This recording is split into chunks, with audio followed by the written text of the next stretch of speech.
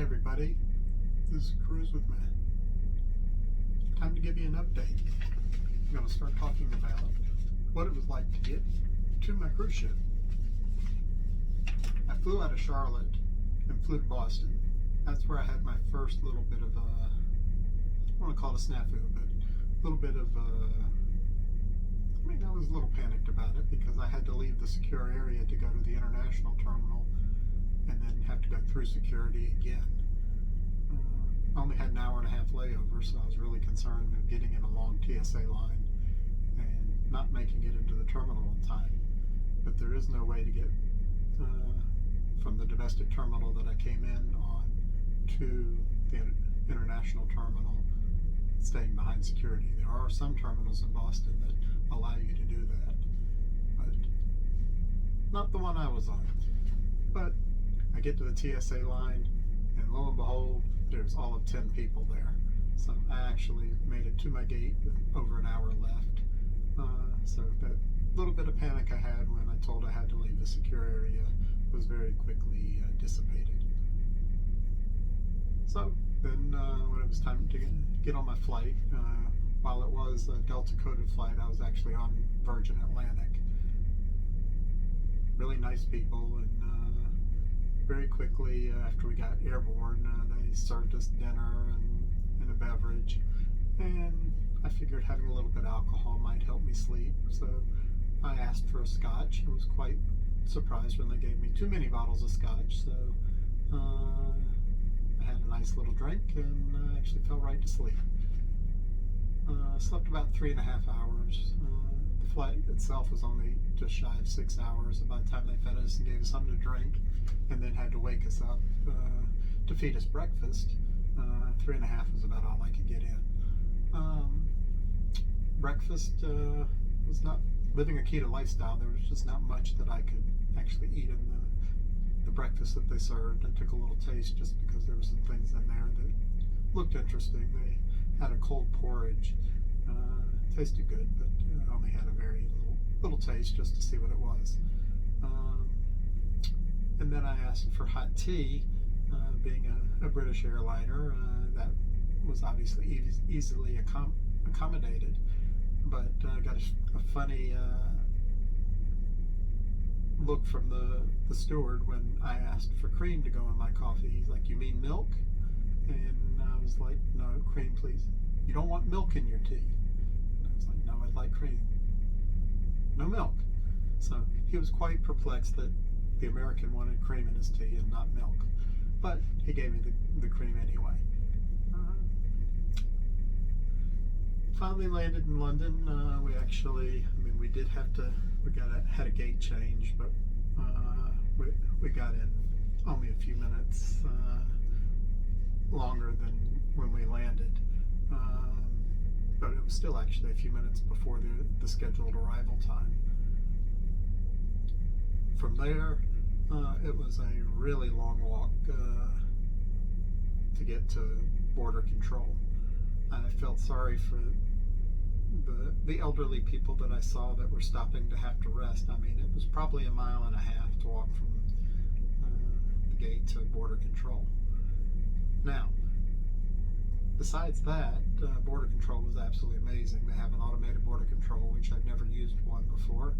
And basically, you put your passport in, take your hat and glasses off if you have them, and you look in the camera, and I guess it compares your face to what's on your passport, and then the doors open and it lets you through.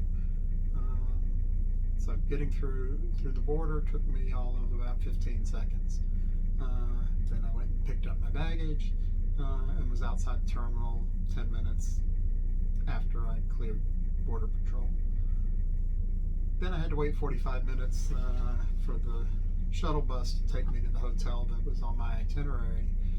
And the itinerary, told me what hotel I was staying in and how I should get there, and it told me which shuttle bus to take and what to show the shuttle bus driver so I wouldn't have to pay for the transit. And it really, other than having to wait 45 minutes, when the shuttle bus came, he's like, "Oh, I don't go to that hotel." He's like, "You have to wait for the next one." He's like, "But I do go to the hotel next door if you want to walk." So I didn't want to wait since I'd already waited 45 minutes, so I rode the shuttle to the hotel next door and then walked over to my hotel. I go to check in and then find out that there's actually a company representative waiting in the lobby for me, so they take me over to him, and he gets me checked in and gives me a really nice room. And but he's like, he knew who I was before I walked in. He's like, "You're Matt, right?" And I was like, "Yes." He's like, "You want to know how I know that?" He's like, "Because I had a guy at the airport holding a sign up to pick you up, and you didn't go to him." He's like, "But we know your flight came in." It's like, I just followed the directions on the sheet that the company provided me that told me to get on the shuttle bus. He's like, "Oh, we need to update that."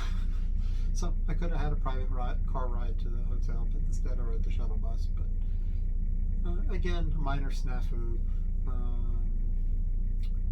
Then he tells me that the meals are provided to come down between these certain hours, and I can get lunch and I can get dinner and breakfast, because we were leaving for the ship the next morning. So I went and checked in the hotel, in my room, and came down at the appointed time and ordered me a nice basic lunch. Just a Caesar salad with some grilled chicken on it, and a beverage. Well, when it was time for me to leave, I went to the waitress and said, "Do I need to sign something?" And she's like, "Oh yes." And she prints out and I sign, and she asked me what room I'm in, and she's like, "Oh, you don't have charge privileges." So she and I go over to the company representative. He's like, no, you were supposed to eat the buffet." He's like, "But you're good, we got this taken care of." So he didn't tell me that there was an area behind the restaurant that had a buffet set up for the cruise employees, because there was actually a total of 50 of us coming to the hotel over the course of the day. So that evening I went and had dinner and actually ate the buffet, and it was really quite nice. I don't think I would have ordered anything different if I'd ordered off the menu, because they had some nice chicken and some vegetables and things. So I started to meet my first crew members though that evening at that meal, and then met a few more at breakfast the next morning, again also the buffet. But unfortunately there was not a lot there for me, so I had coffee, because all they had was cereal and pastries and nothing without carbs.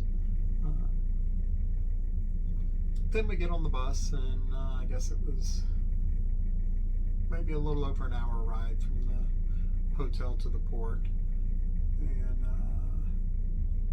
we get dropped off right at the entrance to the port terminal, and we have to drag our bags inside, and then that's when we're given our N95s. Crew members, we have to wear our N95 masks anytime that we're out of our cabins, basically.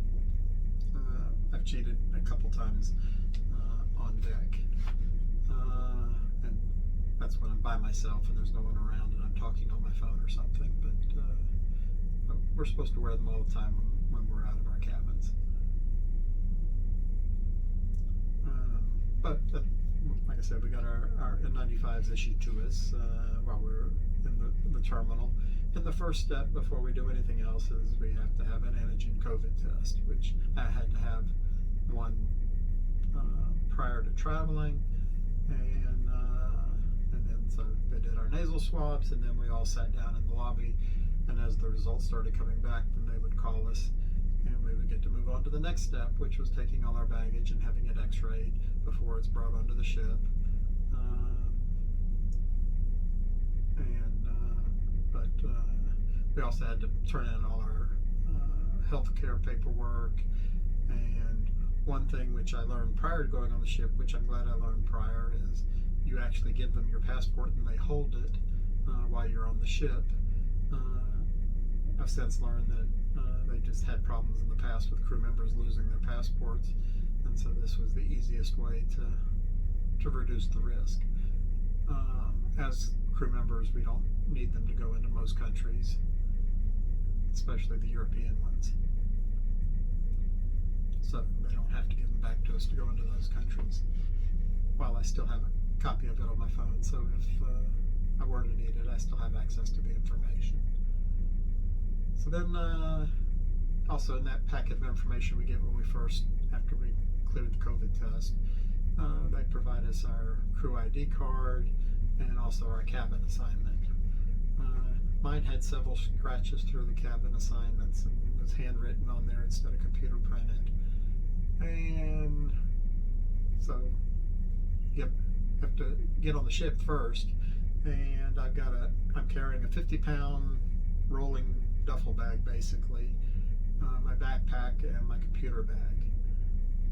And so we go outside to get on the ship, and it's not a gangway, it's a long flight of stairs up to the ship, so I'm having to drag all this up the stairs, which was a good little workout. I mean, it wasn't impossible, it just wasn't what I was planning to do that early in the morning. But get on there, and the crew members greeting the new crew members, call the people from your department, and they actually come and get you. So one of the nurses from the medical department came and retrieved me and took me to the medical facility, and she didn't realize that I already had a cabin assignment. So then very quickly we went and found my cabin, which turned out not to be the one I was told I would have, and I'm actually still in that cabin while they're figuring out the details, but hopefully in the next few days they'll have it figured out, because I've seen the cabin like I'm supposed to have, and there's nothing wrong with the cabin that I have now. It's just really small, and all my stuff fits in it, so it's not really an impossible cabin to live in, but a little more space would be nice.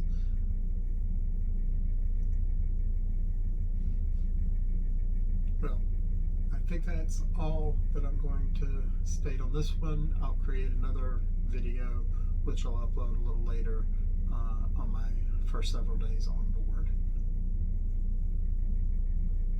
Y'all have a great day, and I look forward to seeing you on Cruise with Matt. Please subscribe.